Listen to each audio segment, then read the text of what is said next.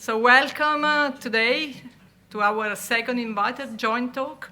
And it's my pleasure to introduce Professor Lidia Fuentes. Lidia is from University of Malaga. And she has a background that she will explain in a slide. She has a slide to explain her background, but actually what is she working on in research is in general software. And what is interesting, many different dimensions of software, from the very hot topics like green software to what is she going to tell us in her invited talk. So we have to be strict in time because we have a very dense session, so I do not spend any more time, and I let Lidia talk. Thank you. Oh, you want to do it? It's Yeah, it's on. It's oh, on. okay. Thank you for your presentation. Thank you to the organization, to Lawrence, for inviting me. It's an honor and a pleasure to be here, and thank you for coming. Well, during all my academic life, I have been trying to make compatible my teaching activities with my research work, because what I teach in my classes are computer networks. I teach TCP/IP, Bluetooth, Wi-Fi, HTTP2, and all kinds of communication protocols. But what I really like is software engineering. So what I have made is try to apply diverse advanced software engineering technologies to the development of different kinds of distributed systems, starting from multimedia applications, ambient intelligence, Internet of Things, and cyber-physical system, that is the topic of this presentation. But what are cyber-physical systems? Well, cyber-physical systems are those who has to control some objects, some devices that are part of the physical world. We know that there are a lot of devices that we use every day, like our car, some watches, or home appliance, that now they can be connected to the internet, thanks to the initiative of Internet of Things. Typically, cyber-physical systems behave like this. They sense or receive some information from the environment. This information is sent to, for example, to the cloud. Some computation performed inside the cloud, and the output of this can be like a reaction that can be executed in a certain object of the real world. For example, a drone now has to fly to a different position. So if we want to analyze our physical system, we have to consider computation, that is where I had to put the different parts, the different computational objects of my cyber-physical system. Networking, the network is a very important part in cyber-physical systems, and also I have to consider the physical processes that have to take place inside these special and different objects. But why are cyber-physical systems so important? Well, cyber-physical systems now play a very important role in the digitalization of the different market sector, in the industry, in the companies. Indeed, what we have to do is to take software to those processes that are still performed manually, that now can then be automated using a cyber-physical system. So all this is like a revolution that is going to have a great impact in the world economy. Also, cyber-physical systems can help to address the big world challenge, like climate change, autonomous vehicles, a population that is aging, and a lot of domains. Okay? Also, cyber-physical systems are behind the Industry 4.0 initiative, that now they are eager to adopt new technology, new manufacturing processes. But what are the challenges that we, the software engineering community, have to address if we want to design, develop cyber-physical systems? Well, first, we know that we had to integrate a lot of high diversity of objects of the real world, and we know that every day a new object that we use in our life now can be connected to the internet. Also, some parts and computation in my cyber-physical system have to be performed, executed in the cloud. So cloud computing has to do with cyber-physical system. Now also the tendency is to migrate, to move part of this computation from the cloud to the edge of the network in order to reduce the latency, the response time. Regarding industry, well, in the industry we find that the manufacturing processes are very, very special, very specific of each industry market, and also they use a high diversity of technologies. Well, and customers, they always demand adaptive services, and they want these services that offer a high quality of service. And finally, cyber-physical systems are inherently adaptable. They have to adapt, they have to know what is happening in the environment and try to react to fix things. Okay? Like, imagine that a part of my wireless sensor network now is down, or some sensors have low battery. So my system has to react to this. Ideally, cyber-physical systems have to cope with what it's seen as the known unknowns. Well, so the design of cyber-physical system can be as a complex puzzle. This complex puzzle is composed by have a lot of pieces, but first we have to identify what are these pieces. That have to be considered if you want to make a domain analysis of cyber-physical system. And also, we will see if we can fit then all these pieces together. But the question is, well, this is, I'm using another computer, so the formula is not, well, it's not correct. But well, imagine, simply, what I want to say is that the question that we had to answer is that could variability models really help to make a domain analysis of cyber-physical system that is complete and accurate? Well, I will try to answer this question during the rest of my presentation. Well, I have made an exercise. What I did is that, well, I'm going to put a list with all the technologies, some concerns, requirements that are related to cyber-physical systems, and then I generate this word cloud. Well, that is quite big. So if I look at this word cloud, one conclusion can be, well, if I want to make a domain analysis of cyber-physical system, I will have a problem because software engineers, we are not expert in all these cyber-physical system technologies. Well, but I have made an attempt. So identify 8 variability modeling dimensions, and each dimension corresponds to one of the pieces of the puzzle. Okay? So the rest of my presentation, I'm going to talk a bit about each of these variability dimensions.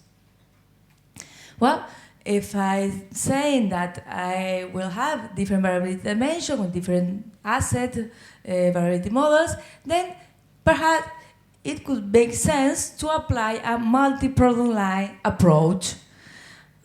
This can be a good idea, but this has advantages and disadvantages. Advantages, well, if I have a reduced small model, then probably I will not have scalability problems because a small model is more manageable.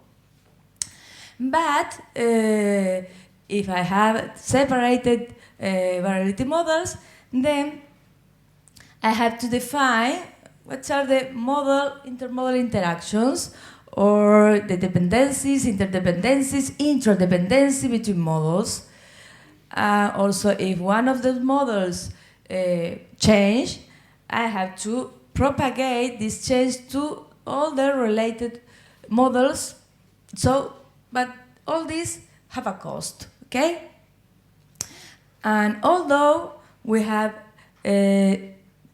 different variability models, we have to generate a single configuration that perhaps will have several parts, but all these parts and all this configuration have to meet the same global requirements and quality of service.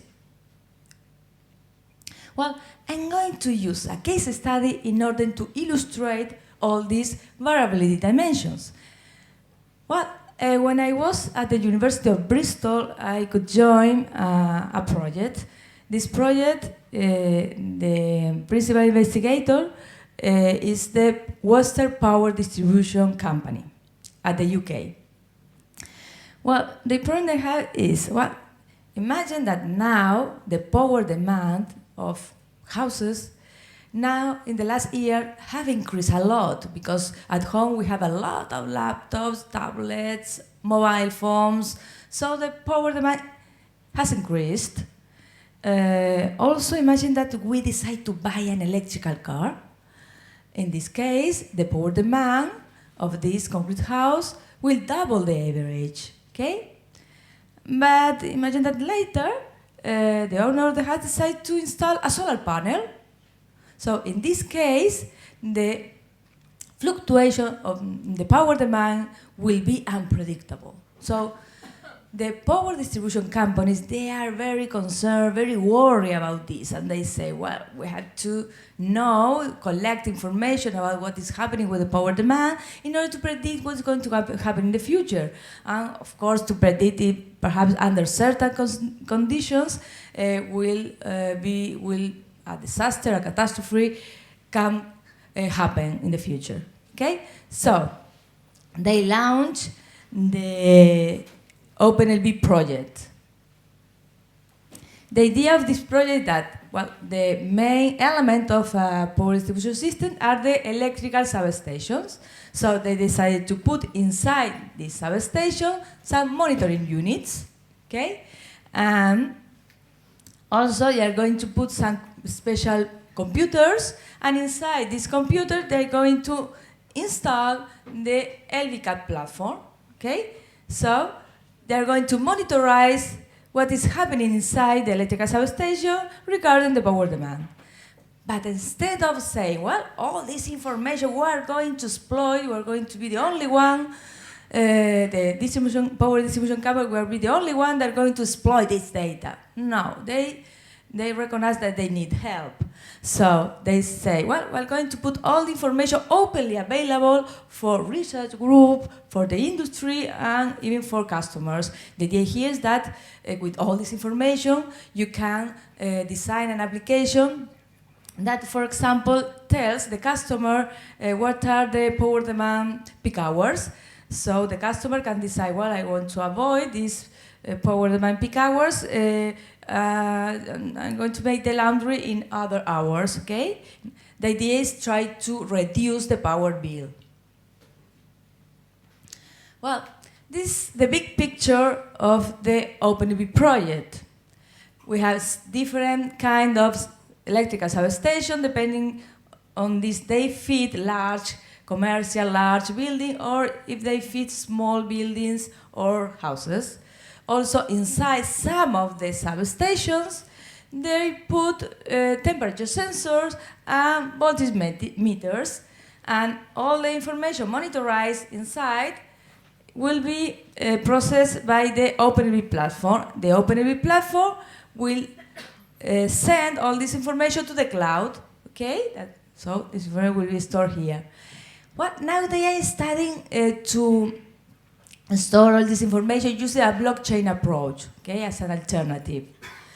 Then also we have this server. In this server, is going to perform two different tasks. First, is in charge to deploy the third-party application inside the OpenLB platform of certain substations. Of course, the idea is to deploy the optimal, or make the optimal deployment of this application, consider a lot of requirements. Also, the management server is going to control, to modify and runtime the behavior inside certain substation by manipulating the network automation hardware. Okay? And this is a typical cyber-physical system. Well, let's start with the first dimension, infrastructure variability. I think that it's interesting to specify as part of the domain analysis what is the physical infrastructure, that is, what are the physical elements of my cyber-physical systems and how they are connected, and also what is the software that each of these devices that are part of my cyber-physical system have inside.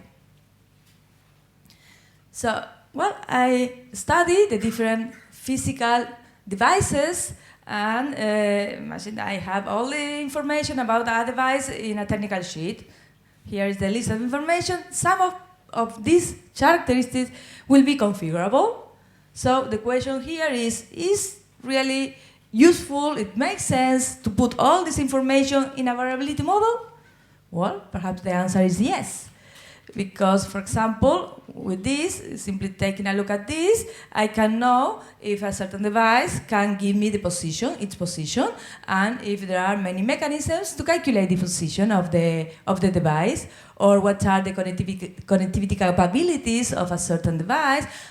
Of course, definitely, all this information is very relevant and necessary if I want to deploy, to install, to embed some software inside a certain device. Well, cyber-physical systems, all they have to control physical devices, IoT devices, but the majority of these devices are common to all cyber-physical systems. So perhaps a good idea to make first a domain analysis of cyber-physical systems, but a generic one, okay? Producing some models and assets that can be reduced in a specific cyber-physical system, for example, in a market sector like the power distribution companies. And finally, I can configure the applications that will be used in this cyber-physical system, simply using the application engineering methods, okay? Well, but often, a lot of feature models already include a feature that models certain physical characteristic. Imagine this first example. In this case, we're going to focus on the Wi-Fi feature. Here is the Wi-Fi feature, but the Wi-Fi feature is here because it's one of the mechanisms that this device has to calculate its position using Wi-Fi triangulation.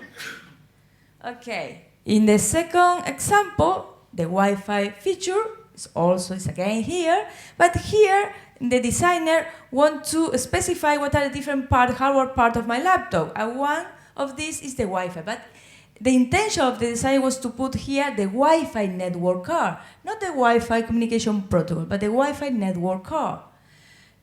In the third example, Wi-Fi is here again, but simply has been put here as one of the connectivity capabilities that the Kindle has to download books. Okay, so exactly the same feature, but with different meanings. So I propose that perhaps a good idea to extend variability models with more rich semantic information in order to express these differences. Okay, this is what I think. Well, physical infrastructure is a concept that is closely related with structural variability, and I suppose that we all agree that the best mechanism to specify structural variability are the clonable features. So the recommendation is, if you want to model one element of the real world, use a clonable feature. With this clonable feature, it is very natural to spread things like, imagine that I have a wireless sensor network. All the sensors they have the same hardware, but the software configuration inside this sensor is different. Imagine that some of them, they are sync nodes, play the role of sync nodes. That means that they collect information from other sensors and send to another computer, for example, to a mobile phone. So this can be naturally expressed using clonable features. Well, Well, let's start with simply an example, it's not a detailed example, of the physical variability of the OpenLV project. Here, first, I have to model the physical element of my system, that in my case is the electrical substations. In the middle part, I have the network. But how network experts specify the network architecture? Well, all the reference model, all the network reference model follows a layer architecture like this. And how they express variability inside these protocol stacks? Well, they simply put a vertical slash and put a list of the protocols that are installed that are part of the same layer. Okay? But if you look at this, impossible to know if, for example, the new version of HTTP, that is HTTP2, is implemented over UDP or TCP, and this is important. Okay? So why not to make a mapping between this network layer architecture and the variability model? And here we can add the constraints that tells the interaction or specify the interaction between the different layers. It could be a good idea.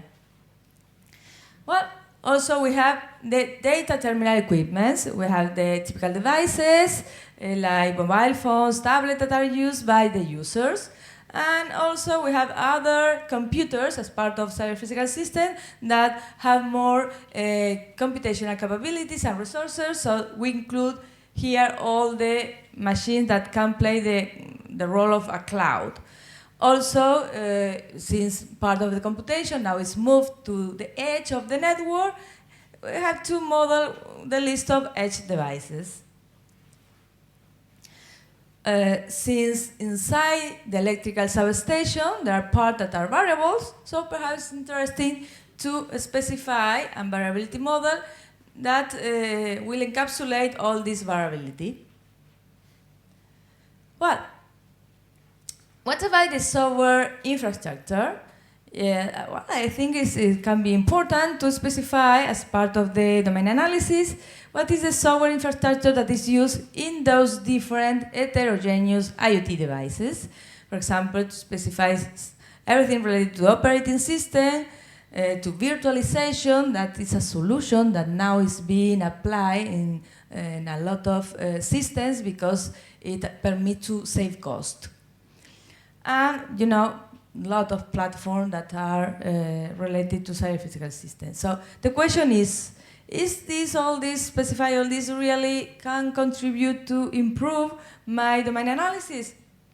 Yes, I think the answer is yes. Okay, so because with this information, I will be able to know if I have to configure this software infrastructure in order to install a concrete piece of software that is part of my distributed cyber-physical system. Also, I can know if I had to configure some parameter of my software, of my system, in order to install this piece of software in a certain device. Okay? I can know, for example, if all the libraries I need or my software need are installed there or installed in a certain moment. So all this is very important for the deployment of the applications.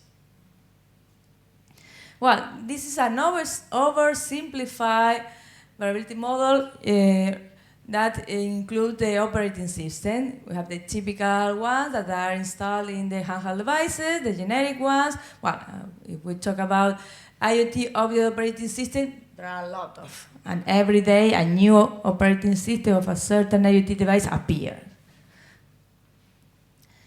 Regarding virtualization,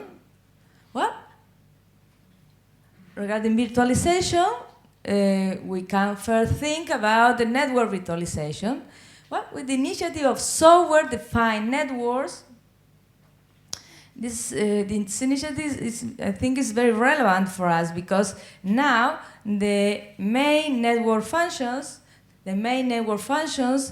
can be, or they are now encapsulated in a central layer that is called a control layer. So the idea is that the applications can reconfigure the network in order to adapt the network to the application necessities. For example, they can put a firewall in this or in there, or they can modify the access control list in order to enforce security in certain part of the network. So now the network are very configurable. So I think we should include all this in our domain analysis. Well, so regarding operating system virtualization in the OpenLB platform, they decided to use Docker. I mean, the third-party applications that will be installed in the OpenLB platform inside the electrical substation, they are going to be installed in separated Docker containers. Well, if we focus on middleware application, well, cloud platform, there are a lot of cloud platforms, there are a lot of IoT platforms that we can include here. And also could be interesting to specify the communication type. For example, if I want to, that my software interact with a certain platform, I need to know if the platform provides an IP REST or implement a public and subscribe mechanisms or any other mechanism. So is it really useful to specify the software and the physical infrastructure? Well, first, in the case of the OpenLB platform, we have different electrical substations, and in certain substations we have the machine that includes the OpenLB platform, but there will be a lot of applications that will be deployed inside along this physical infrastructure. So we have to be aware that our application is not going to be the only one that will be installed in certain OpenLB platform machines. So this infrastructure is shared. We have to specify that this infrastructure is shared by all the applications that will be running in the cyber physical system infrastructure. Also, if we put all the information related with the software infrastructure, we are going to be able to specify or to know what are the special requirements of each device in order to deploy the certain part of my application. So I think that the answer of the question, if really useful to have to perform domain analysis of the infrastructure, the answer is yes, definitively yes. Well, I can decompose the functionality of my system in different tasks. Well, this task can be executed in sequence, in parallel, I can specify some time constraint to a certain task. Well, all this information, I can specify all this information in a typical process diagram or workflow diagram. But also, here I need to specify, for instance, imagine that this task has different or alternative implementations. So I need to enrich this model with variability. But also, inside a physical system, I need to express things like this. For example, a certain task has to be executed in the cloud because it requires a lot of resources.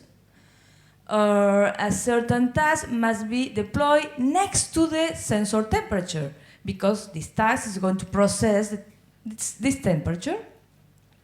Or things like, well, this task can migrate to one machine to another because it has no special requirements about data, okay? So where can I put all this information? Well, one option is to make a variability model with all the variant, different implementation of a certain task, specify certain requirements that I have said, but this information, variability information, has to be connected, linked with the workflow diagram or process diagram. How can I make this? Well, if I use CVL, this can be done very easily because in CVL you have a spec tree and each variation point you can connect it with any model. The only requirement is that it has to be implemented in MOV, okay? But considering the failed attempt to patent CVL, perhaps using CVL is not a good idea. So I think that we have to extend variability models with this possibility, and if you are thinking to design a new variability model, please include this because it's very useful. Well, the data is the central part of any system. But imagine that I ask about the data of a certain system to a developer. Well, one answer that can obtain is, well, my system processes a lot of data and needs stored in a database. Another answer could be, well, the central part of my system is the temperature, okay, that is captured, that is generated by the sensors. So this means that the data is related with different variability dimensions. It's related to physical variability because the data is stored in a certain device or is generated by another device, for example, a sensor. Also, some data can be the output or is the output of a certain process. Some data also is very important from the point of view of the reconfiguration because it triggers some system adaptation, so it's part of the context, it's part of the adaptation context. And also imagine I want to increase the security of my system by inserting an encryption component. So in this case, I have to encrypt the data, so it's related with the quality of service variability. Well, regarding the relationship between the data with the physical infrastructure, I can specify the different storage model. I can store the data in a database, in a file. Also, I can specify the access model. If I want to obtain some data, I have to subscribe to an event, or simply I have to send a message, a request through a message. Also, it could be interesting to specify if a certain data is sent with a certain frequency. Well, I suppose that everybody agrees that the key success of any system is how well this system implements certain quality attributes. And physical systems also have to implement or meet certain qualities. For example, physical systems have to be secure, provide high performance, must be usable and sustainable. Well, if I want to increase the security of my system, for example, imagine that I need to insert an encryption component, or imagine I want to increase the usability, then I can make it including a logging component that will provide me information about the execution of my system. So this software component that I have to insert in the software architecture in order to increase security, increase usability, is what we call functional quality attribute. But imagine that I want to generate the optimal configuration of my application, considering, for example, the energy consumption. Okay, I want that my application is energy efficient. So in this case, I had to measure the energy consumption in order to be able to optimize the energy consumption of my application. Well, there are a lot of quality attributes. They are very complex. We can identify several interrelationships between these quality attributes. So in our work, we have done a lot of work regarding quality attributes. Concretely, we decided to define a quality attribute family. Here, in the right part, you can see we model the list of functional quality attributes. And in the left part, we simply spread things like this. I want to maximize, or I want to minimize, or I want to make a trade-off between two certain quality attributes, and these are the goals of my system. Well, the functional quality attributes are linked to the software architecture that specify the different software component of the different quality attributes. Perhaps you cannot read it, but here this is a software component about security, usability, persistence.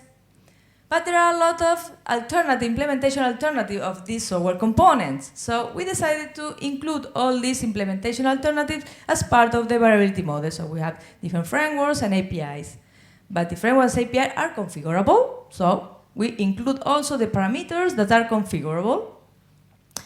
Also, we think that it's important to specify what we call the using context. The using context is if I have an encryption component, this encryption component has to encrypt a certain message, but the size of this message is something that is relevant from the point of view of the goals, of the optimization goals, because if an encryption component has to encrypt long data, some gigabytes, it's going to consume more energy than if it only has to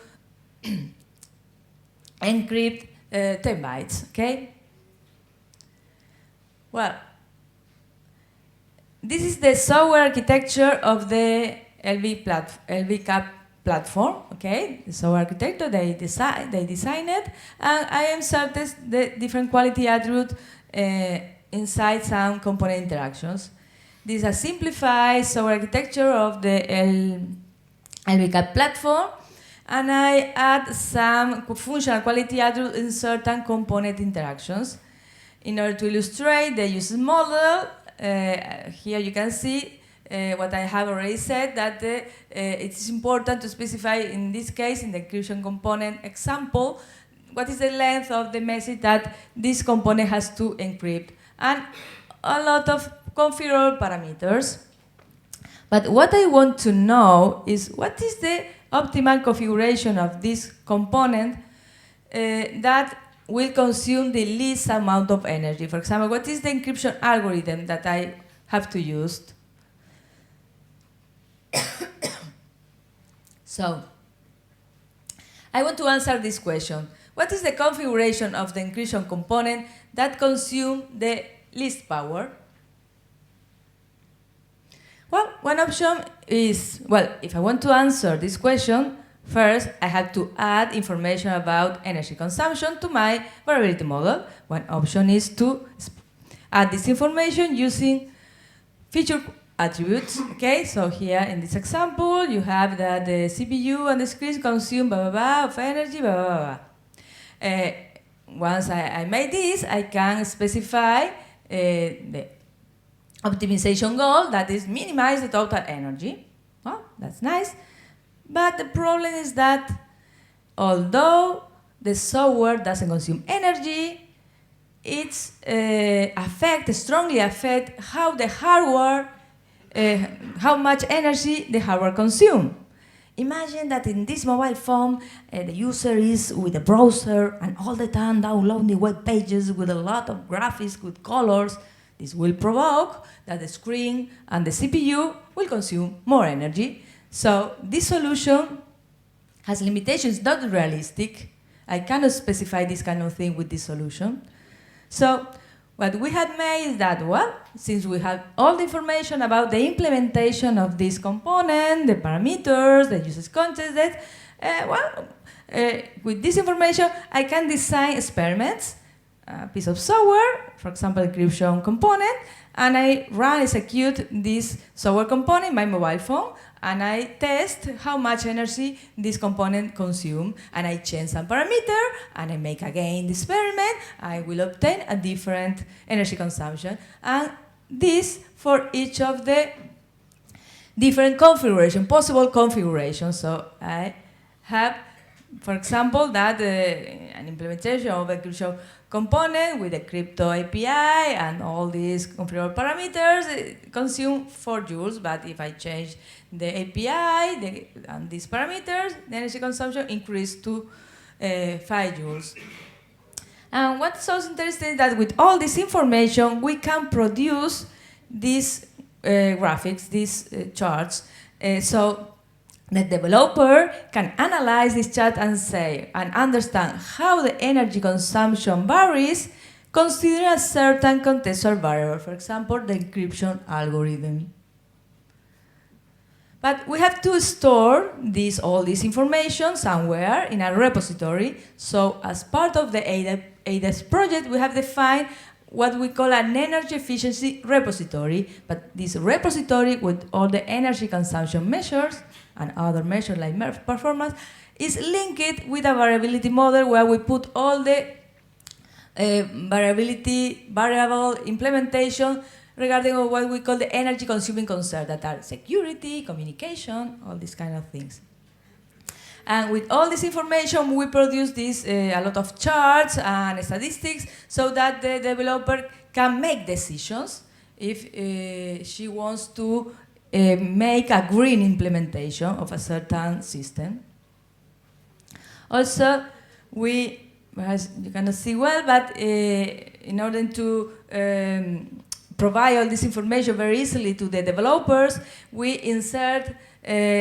develop a plugin for the IDEs. And imagine that in a certain moment I'm coding some code related with encryption, and I run the plugin, and I will obtain this information, that is the list of configurations and the corresponding energy consumption. And also the tool will give some advice. For example, the greenest solution is this one. Okay, so, but finally the developer will decide, of course.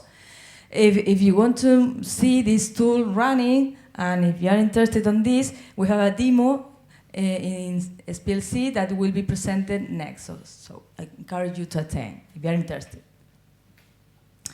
Well, but this approach has two main limitations that we're trying to solve. That are, well, the idea here is I think is fine, but the problem is that we need to measure the energy consumption for each of the possible configuration, and you may imagine that this could be an intractable task. So what we're trying to do is trying to identify which are the features that affect more the energy consumption and separate them from those that will not affect so much the energy consumption. Also, we need to use numerical features, but we know that the support of numerical features of automated solver is very limited. Well, we have a collaboration with the University of Texas, and we have a paper accepted here at SPLC that will be presented tomorrow. So if you want to know more about this, you can attend the corresponding session. But I have made all this because I want to deploy my application. I want to generate the optimal deployment of my application considering certain infrastructure. So this is my common infrastructure, the deployment configuration. I need to find which of these configurations is the best. But I have identified a lot of variability dimensions, different variability models. So now it's time to identify what are the feature model interaction, the variability model interactions and dependencies. Well, I think this is a very, very difficult work that's not done. And I invite all the community to participate in this kind of thing, this kind of identifying, this kind of study that is try to identify the different variability dimensions and identify the interdependency between all these dimensions. I simply put some of them, but probably there are more. Okay? With all this information, I will be able to find what is the optimal deployment of my application in a certain cyber-physical system application. Well, perhaps it would be nice to put all these models inside a repository and then implement some operations and queries like, well, what is, please tell me, or I want to get the model corresponding to, for example, to the data variability, or regarding model navigation, imagine that I have a certain data. I want to know that this data is produced by this sensor, but is processed by this task. And, but also at the end is stored in a cloud. Okay? This kind of thing, it would be very useful to, to improve the software, the development of cyber-physical systems. But it's something that is not done, that we need to do. Well, cyber-physical systems are adaptable, so we need to specify the environment.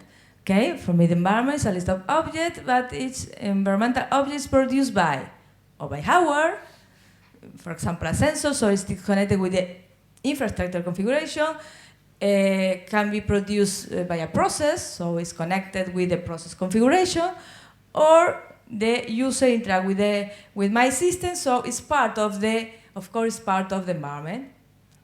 And the system receives information about the environment through data, so it's connected with the data model configuration. Well, one interesting question is, well, it's the same to talk about the environment of a system, of cyber-physical system, and it is the same of talking about adaptation context? Perhaps not. Imagine, I have 3 monitoring units, one temperature sensor, a voltage meter, and a power factor meter, but my application only uses these 2 temperature and the voltage in order to trigger a reconfiguration. Okay, only these 2 will trigger a reconfiguration. But my application also needs this power factor unit to make some internal calculation. But it's part of the environment, the power factor unit? Yes.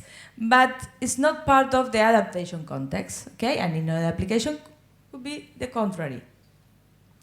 Well, this means regarding the adaptation dimension, there are some elements of my cyber-physical system that will contain tasks like that are going to monitor the environment, this data will be analyzed, and here they decide if a reconfiguration has to be executed or not. Also, if we change requirements, this also can trigger a reconfiguration. So the idea here is to see which elements of my cyber-physical system will contain the analysis, okay, who of them will make the decision of reconfiguring the system.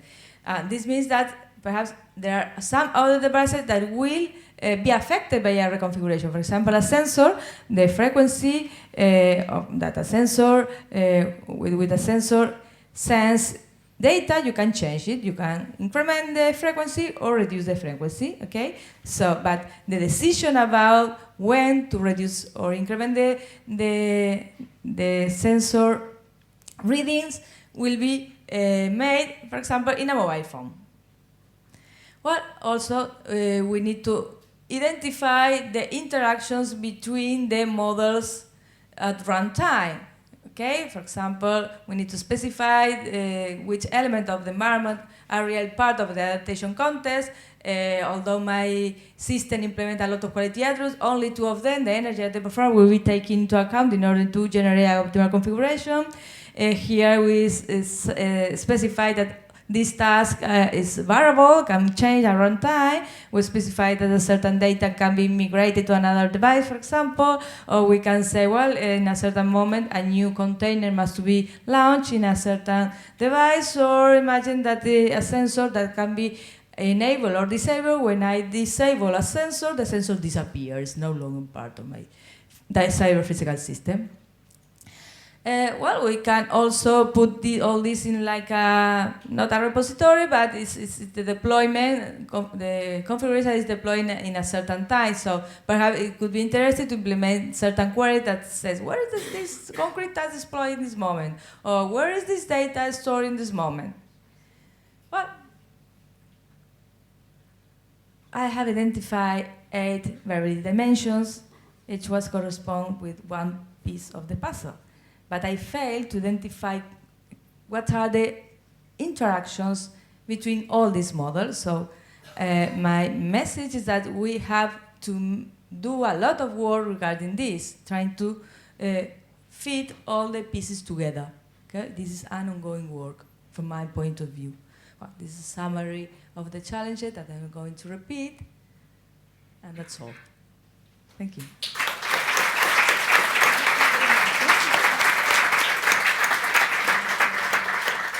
Fine. She was perfect. We agreed on a time, and Lidia was. So we have time for a few questions. Any questions?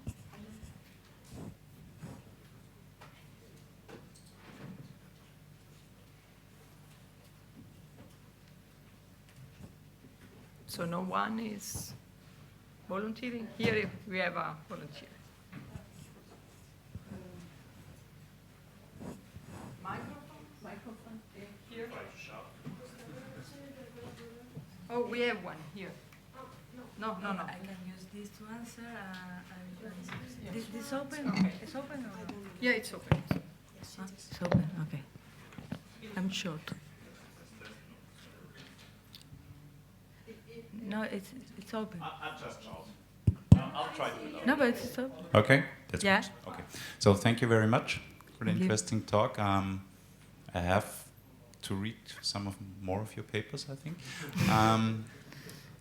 What I was wondering, did you talk to people actually doing network layered models, people doing, I don't know, electrical plants, doing mechanical plants, whatever is related with cyber-physical systems, and showing them the feature models, what they think of that kind of representation? That's what would interest me, because I always wonder, do they like that, do they understand it, or do they say, I have no idea what this is?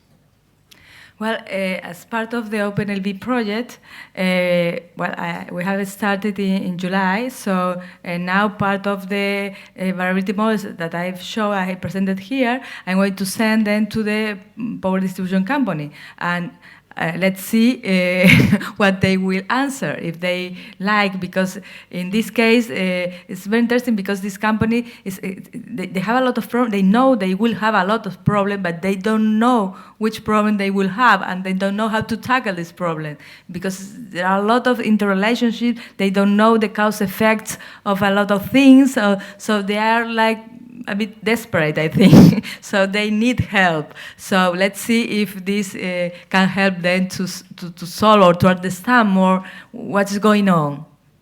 That's good for you. If they are desperate, then you can help them. Very good. Yeah. Thank you. Other questions? Yes, we have one there. Thank you very much for your talk. I was wondering if you have an idea of the number of configurations that you already tested, experimented on that system, and if it's possible that you make them available for analysis with the several different data analysis, classification, or etc. If you are referring to the data that is produced by this concrete project? Yes, well, I refer to a description of the different configurations. Okay. If you have some, how much you have, if they are entirely described, or if they are described with incomplete descriptions, etc. Well, up till now, we have worked only in certain variability dimensions. So what I'm trying to guess, because the answer is I don't have this information, but this is the short answer. Because I think that perhaps if I define all these variability dimensions and I interrelate all of them and I identify the interactions, so I put a lot of constraint, perhaps I'm going to reduce the total amount of configurations from the point of view of the analysis. Then from the point of view of generating the optimal configuration, this is a different thing, okay? Because there, depending on if you are considering how many objectives you consider, 1, 2, 3, this will the amount of the effort to generate this optimal configuration will be very different, okay? Okay, thank you. Yes, I understand. Because one way is to define the constraints, and another way to work could be to consider some observed configurations, how they run, and then extract information from that, maybe. So, but we can discuss more. Yes, the idea is we can do it in one dimension, in all the dimensions, yes. in the dimensions at the same time. Yeah, this is something that for me is not clear. I have to say this. Okay, maybe we continue this. Okay, thank you. We have time for a very short question. With a very long answer. I have one over here. Just okay. Yeah. Okay. Yeah, I was just wondering. We are also interacting with power distribution companies quite a lot, and what we learned from that is that they actually want to tackle one problem at a time. They do not want to tackle too many at the same time. I was wondering, what is you think the one that they would like to solve first? For us, the first one was that they actually already have a physical infrastructure deployed, and they do not want to innovate this infrastructure unless they see it's necessary.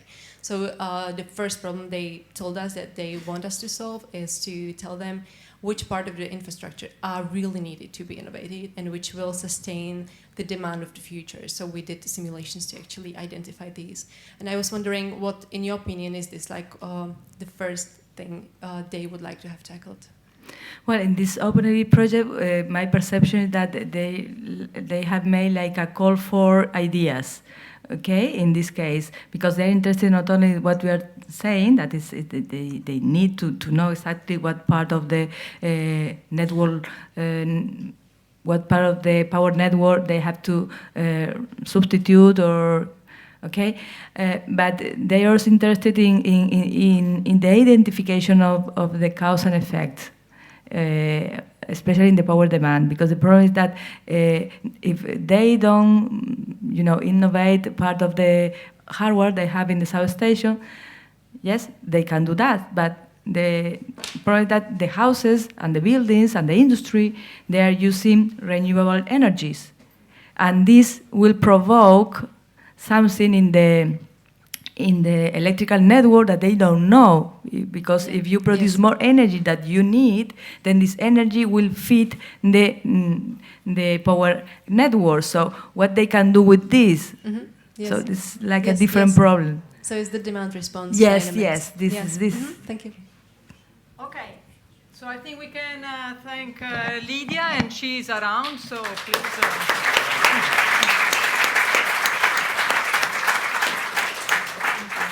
And we promise to finish at 10, and here it is. It's 1 minute left. Thank you very much, Paul.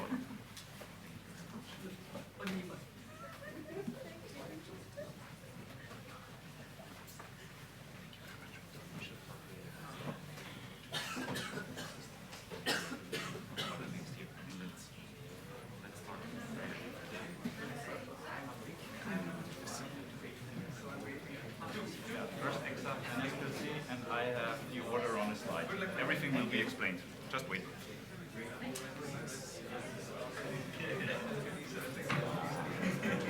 Okay, folks, now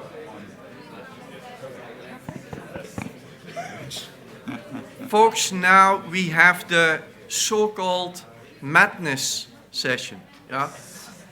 So now we will give the authors of tools and demos for the two conferences will give short teasers where they will say what their work is about. I would like to stress, yesterday we had the steering committee meeting and we discussed this issue. These posters, what is this here?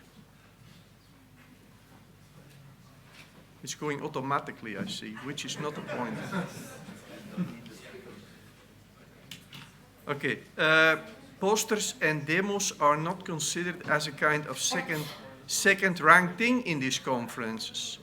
Posters, they present work that is the next generation of our mature work. These are the novel ideas. This is the breeding ground for the future of our community. And in fact, tools and demos are the consolidated artifacts that we produce and on which we are research and our applications of our research in the future will stand up. So it is a very important factor for our community. Let me stress that. For the ECSA part that we will start with, we have 4 demos and 7 posters. So now you have the teaser sessions, 1 minute for each, and then you can enjoy and talk with the authors later in the different sessions. Actually, for ECSA, the presentations of the demos will be in the next session slot in Copenhagen room. You can talk there directly with people. And for the posters, they will run the whole day, but the authors have promised to be available on their posters during the coffee breaks and the next session. So if you like to talk with them, that's the time you can find them on their posters. Okay, so Tobias, it's now your turn.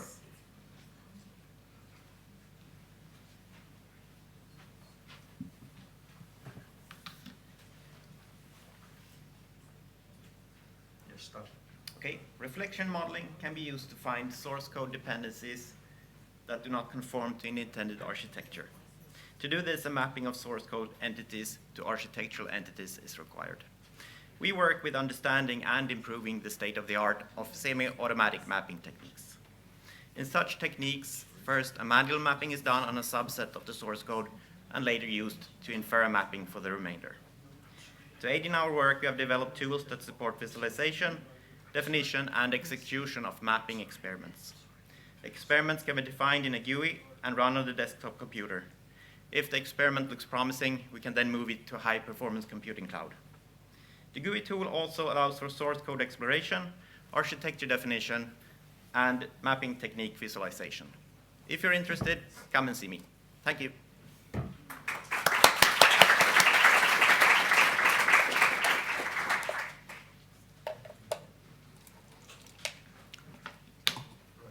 A very good morning to one and all. Myself, Karthik Vaidyanathan. We all know software architectures can adapt, but what if they could learn? What if they could improve with every adaptation? Fundamentally speaking, adaptation enables a process to adjust to changing conditions. Learning, on the other hand, enables a process to improve with time. In this direction, we introduce the tool ArcLearner. It enables a software architecture to adapt, learn, and improve the quality of service throughout its life cycle. It achieves this using a combination of deep neural nets and reinforcement learning techniques. We believe that this is a humble start towards a great vision of creating self-learnable architectures. We hope that you would join us for a demo. Thank you and have a nice day.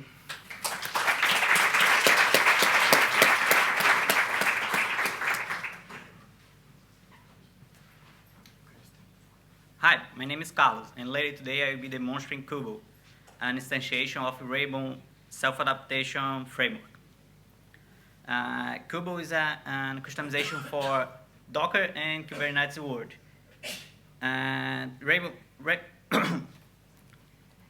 Kubo provides a suite of technologies that leverage Rainbow configuration and map-like components to enable an existing Kubernetes application with self-adaptation capabilities.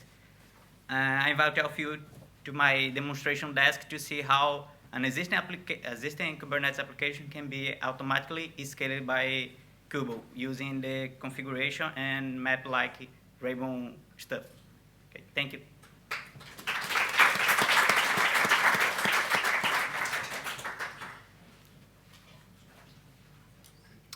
Hello, I'm Klaus, and my tool demo is about the web-based application for software architecture, knowledge management, and sharing, which we call the Architecture Knowledge Base. The Architecture Knowledge Base uses architecture profiles and decision models as building blocks for documenting and sharing architectural knowledge. Architecture profiles are structured and compact architecture descriptions, and decision models capture design options and drivers. And in my tool demo, I will specifically show how architecture profiles and decision models are used for architecture knowledge sharing and documentation.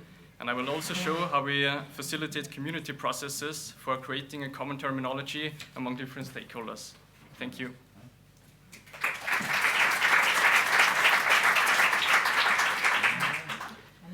Good morning to everyone. My name is Shuki, and the context of the work of this poster are large component and service-based systems like IDEs, Eclipse, for example. And these kind of systems exist as multiple variants and not as a single system. And the problem with these kind of systems is that when we want to develop a new variant, a new system, we most of the time we don't have an architecture model that depicts the common and variable features or entities in these different variants. And what we propose in our work is a method to reconstruct what we call an architecture software product line. We have developed a process which takes as input the source code, the bytecode, and the configuration files of the different variants. We first reconstruct the architecture models of the different variants, and then we use a tool that we have developed on top of a framework named But for Reuse to build this software product line as a feature model of the different architecture models, and then we can configure this feature model to derive a new architecture model for a new product, and then derive the final product. Thank you.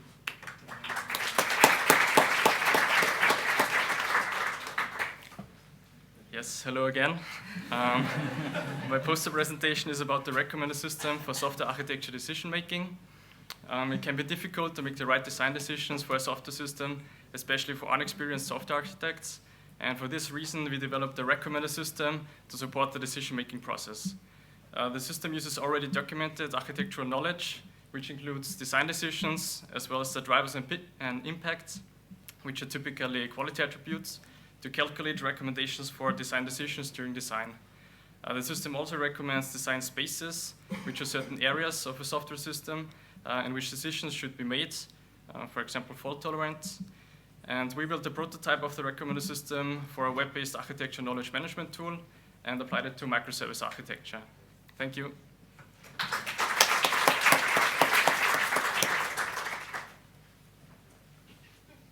Hello, my name is Sandra. Architecture conformance checking is known as a method for verifying whether the source code adheres to its intended software architecture in terms of static dependency rules. However, we are convinced that there must be other types of rules because of the variety of design decisions and diverse design decisions.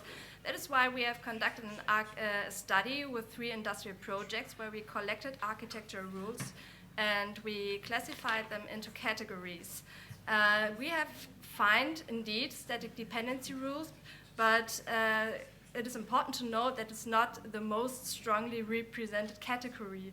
So if you are interested and curious about who the actual winners among these categories, come and visit me and my poster. Thank you.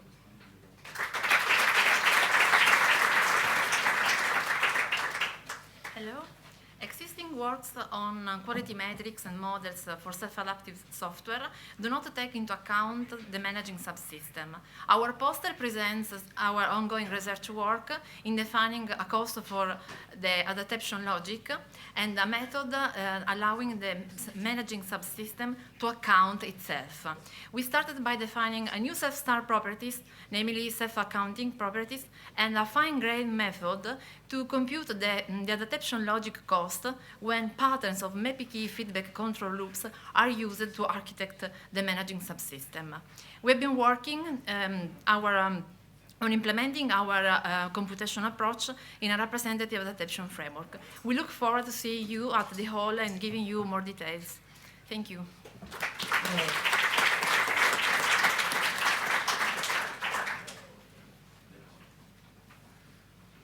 Hi everybody. So if you need to predict the quality attributes of your software, then based on its architectural model, then I can easily advise you to use a well-known architectural simulator called Palladio.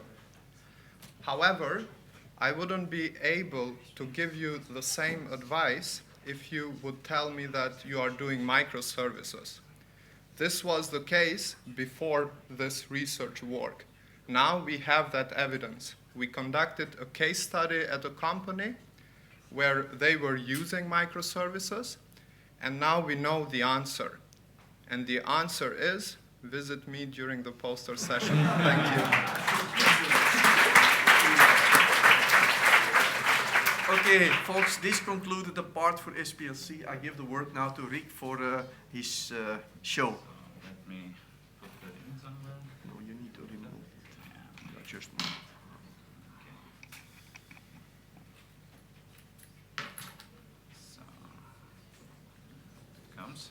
Yes, no name. Okay, can you do the rest yourself? I hope. I've never used this a Mac. Okay, let me you know, help me. Yeah. Windows guy. Which one is it? I need both. I need first the overview and then the teasers. Yes. So and then you do escape to change. Okay. I'll do my best. I'll do my best. So welcome also from SPLC side. We have 12 amazing tool demonstrations. It does automatic switch again. The first thing that I wanted to show you is some general information. Due to the thefts that have been happening and the problems in the first 2 days, we have rearranged a bit our program. We now have the teasers. We skipped the formal interactive table sessions in the rooms, but said you should arrange individual demos with people wherever you want, because then you can better keep an eye on your stuff and the conference center is not responsible. So during the teaser session, make sure you show yourself to people, that's me, meet me in the coffee break, so that people can find you. Still, we have an extra session right after the coffee break in room Oslo. There is 8 to 10 minute slots for every tool demo that gives a little bit more time for everyone to present their tools. Okay, so let's come to the pitches. I hope everyone is there in the right order. I tried to escape, then how do I go there? Here, right? Here you can control it with this. Okay, very good. And let's switch teasers. It's on slide 2 somehow. Yeah. Okay. Okay. So the first one, please. Hello, everybody. I'm Sina, and our tool is Feature Dashboard for feature location, extraction, and visualization. Features are everywhere when we are trying to develop our software. Features are mostly scattered everywhere, and finding their location and maintaining or evolving them. If the locations of features are not stored somewhere, could be a very daunting and error-prone task. Here's Feature Dashboard to help developers to document the features and their locations properly and extract them and visualize them in different views. If you are interested in knowing how we document the features and how we visualize the features and feature-related information, you can come to our demo, and I will explain more in the demonstration part. Thank you very much.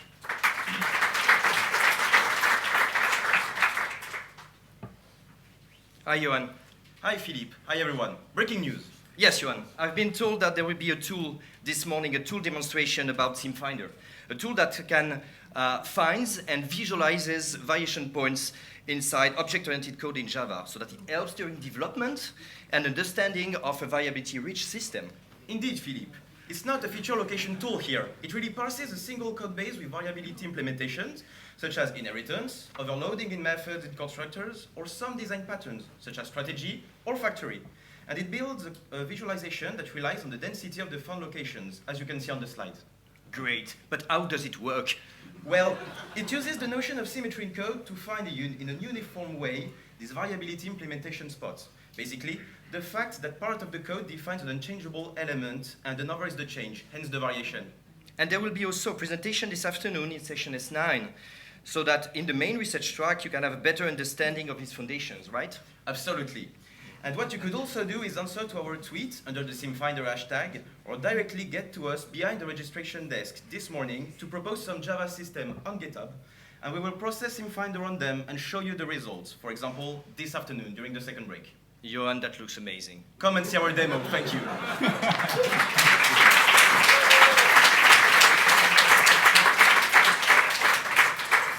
Hi everyone, my name is Dennis, and let's assume you have a software product line with models like Simulink, UML, state machines, so executable models basically.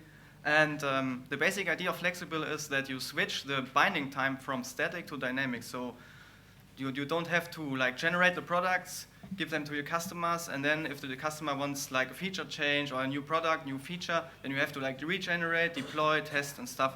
So basically flexible allows you to do this on time, you can change your product at the customer, at the runtime, and so you can switch products if needed. We have seen for instance the Keynote, and Lidia talked about runtime switches and self-adaptive systems and stuff like this, so flexible allows you to do this. I hope you can join me and we can talk about this later on. Thanks. Thank you.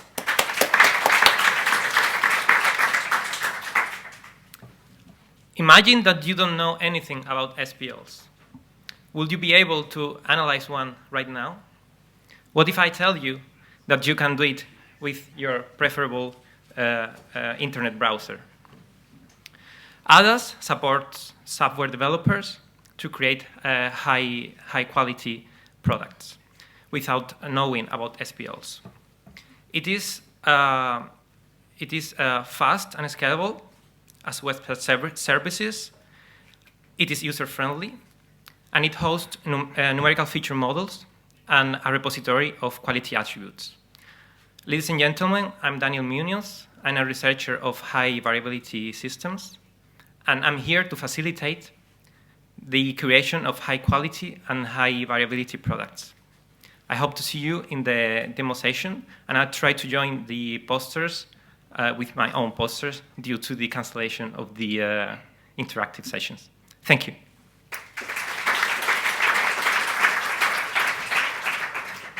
Hello, my name is Raúl Medeiros. We are presenting Feature Cloud.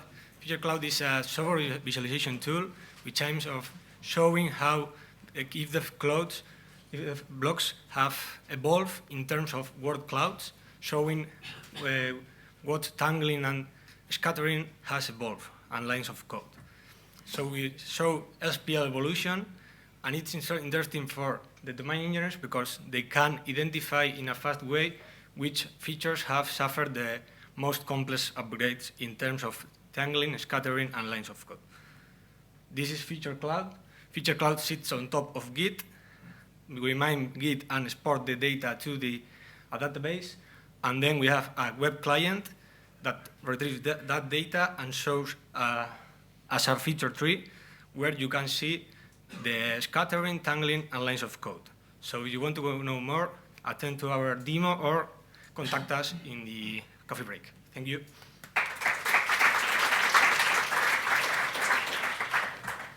Hello, I'm David, and I would like to present Getavis to you.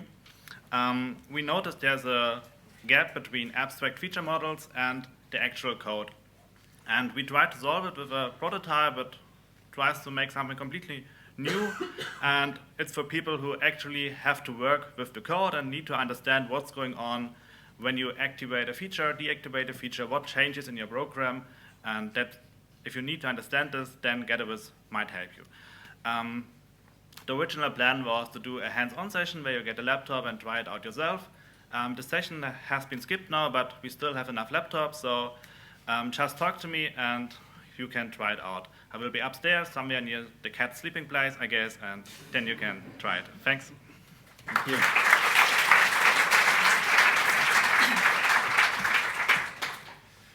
Hello, I'm Sasha, and I'm here to show you Metric Haven. Metric Haven is itself a small product line which is able to measure more than 42,000 metric variations on software product lines. It is able to run traditional code metrics that ignore variability information, to run variability-aware metrics that ignore the other elements of a program code file, or the combination of both. Further, we can also combine code metrics with feature model metrics, and this is the reason why we came up currently up to 42,000 metric combinations. Yeah, so everybody who is interested in metrics for software product lines, please meet me, then we can talk about this. I will stand in the coffee breaks in front of my poster, which is close to the coffee, so you can't oversee me, and then maybe we can talk about this. Thank you. And, sorry. Okay, the context is that of requirements, in particular how to extract variability from a requirement documents. Most approaches use similarity and to see commonality and variabilities among different products, while we address the analysis of a single requirement with the idea that sometimes variability is hidden behind an ambiguous term. So we use Quartz, which is a tool to extract ambiguity from any document, in particular from a requirement document, and we show how Quartz can be used to extract variability from a requirement document. There will be the demo later on. I will be in the coffee break, And I will show an example I have, but if you don't trust me, you can take any text document with your requirements, and I'll show you how variability can be extracted from that. Okay, I will be in the hall during the coffee breaks, and okay, later on in the demo. Okay. Thank you. Hello, everyone. My name is Jose, and I'm here to present you ResDeck. ResDeck is a tool to help users selecting implementation components in software product lines environments. And how can we do that? Well, we rely on recommender systems, so we grant that all users select the most suitable plugins or components for their software product lines. Moreover, we already validated this tool within the WordPress, so we can now build up a new WordPress site based on plugins recommendations. For sure, we can meet later on the coffee break and also in the tool demo session. So that's it. Thank you. See you later.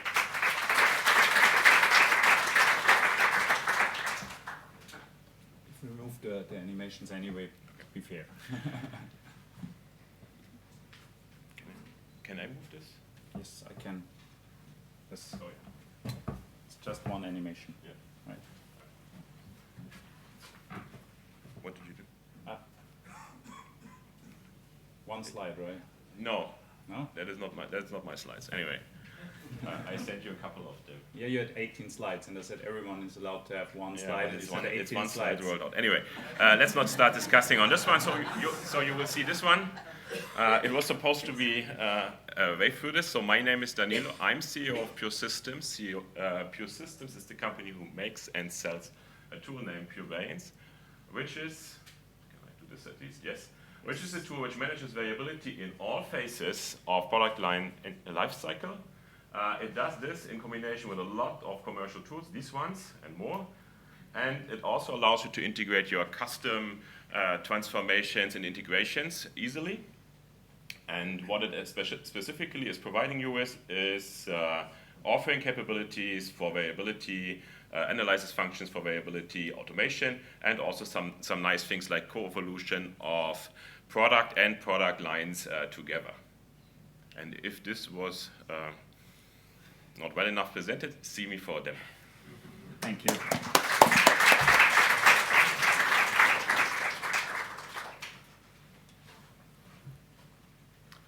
Okay, my name is Juha-Pekka. I come from a company called MetaCase, which makes tools, and this is the MetaDequest tool I'm presenting here. It's a tool applied in the industry to build products. The key part of the tool is that each domain engineer, architect, create a domain-specific language for their product line. And you will see here in the slide 3 examples of different product lines, like a fish farm automation system, Internet of Things, devices, or warehouse. And the application engineers are then using these languages to create the variants, press the button, and generate different kind of artifacts. The part I'm presenting here is actually how this works in an evolving manner, because normally the domain-specific language need to be updated, yet you have existing products out. So everything basically works together in a collaborative and integrates with the kit or other versioning systems you want to use. So if you want to see this running, here I am, and in the coffee area later today. Thank you.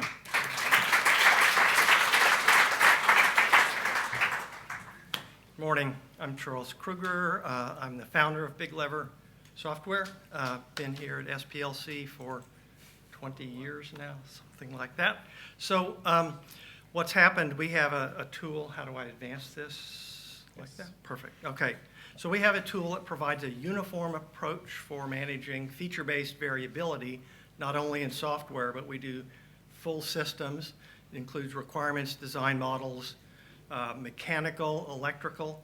So, you know, our tool is used commercially in, you know, dozens of the largest companies in the world to produce billions of dollars of real complex products like airplanes, cars, ships, radar control systems that can shoot down nuclear missiles, very complex systems that have been relying on this. And so the interesting thing of that is the applied research that comes out of this. So we'll be talking about a lot of that in the demo, showing you the tooling that allows organizations to do that. And the latest trends that we're seeing takes it beyond engineering into things like operations, supply chain, portfolio planning. All of those parts of the organization have variability management problems just like we do in software and systems, but it's really interesting to see how this applies broadly across organizations as you establish commercial practice in product line engineering. So thank you very much. Thank you. Okay, so don't run away. There's one more thing coming. Let's first thank all the tool demo presenters and poster presenters.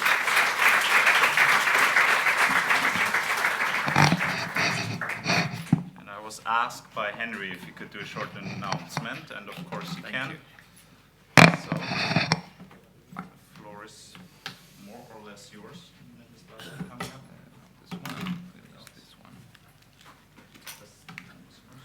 So, good morning. I'll make a short announcement about next year ECSA conference. We thought that since the two conferences share many researchers and many people here in this room, it was really relevant and worth to make also a very short presentation for the next year. So just 1 second to check. Okay. Let me see.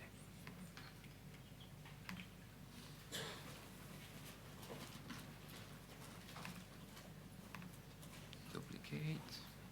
Okay. We are there. Hope so. Yep. Okay. So ECSA 2020 will be hosted in L'Aquila from 14 to 18 of September next year. And this is the website. So I will also copy the URL in all the slides just to go faster. And here you still can find some information about the next edition. And let me give you just a bit of context of where we are. So University of L'Aquila Human Sciences building, city center, just in the heart of the city of L'Aquila. And essentially this is the area. There's a lot of green, a lot of restaurants and hotels, and there is the university building where the conference will be hosted. So just to give you a bit of information, this is a geographical location. Even if you have a little bit more days, can be a good idea. We have the sea, we have the mountains, we have the tall mountains. And we are very close to Rome, that is the main hub to get to L'Aquila. And this is also to give you another view from the location. In terms of conference venue, as I told you, we'll be in city center. We have this university building with 220 seats. And there are plenty of rooms for meetings and workshops, tutorials, anything that you may need to share your knowledge with your colleagues. There are 3 airports, not only the Fiumicino one, which is indeed the biggest and the easiest, but we have also Ciampino. We have another one in Pescara. And we have also direct buses that takes you from the airport to city centers in 2 hours. Organizing committee, I also have a news with respect to the presentation that I made yesterday. I got yesterday night a confirmation from the industry co-chair, so I'll be running the organizational part, and Ipek Otskaya from Software Engineering Institute and Ivano Malavolta from the Vrije University Amsterdam will help with the technical program. And one of the industry co-chair that I get accepted, yesterday night, is Anton Jensen, very well known in our community for his work on design decision, and not only that. So I got him accepted in his company to accept, the position. Just last slide, submission deadline, 4th of May. Again, I push very much the fact that we wanted, as a community, to have the right time between the 2 main conferences in software architecture. So this time will allow us to meet again many times for other software architecture conferences, and will let us the time, after the ECSA conference, to still have a good amount of time to submit to ECSA. So this I already sent an email to some friends we were discussing 10 years ago in Comparch and WIXA at that time, that we had those two conferences too close together. It was difficult to submit to one, submit to the other one, or participate and have the right timing. And one of the reasons why I took this role is really trying to push on this sequentialization of the two events. Conference will be September 14-18 in L'Aquila, and that's it. Thank you very much.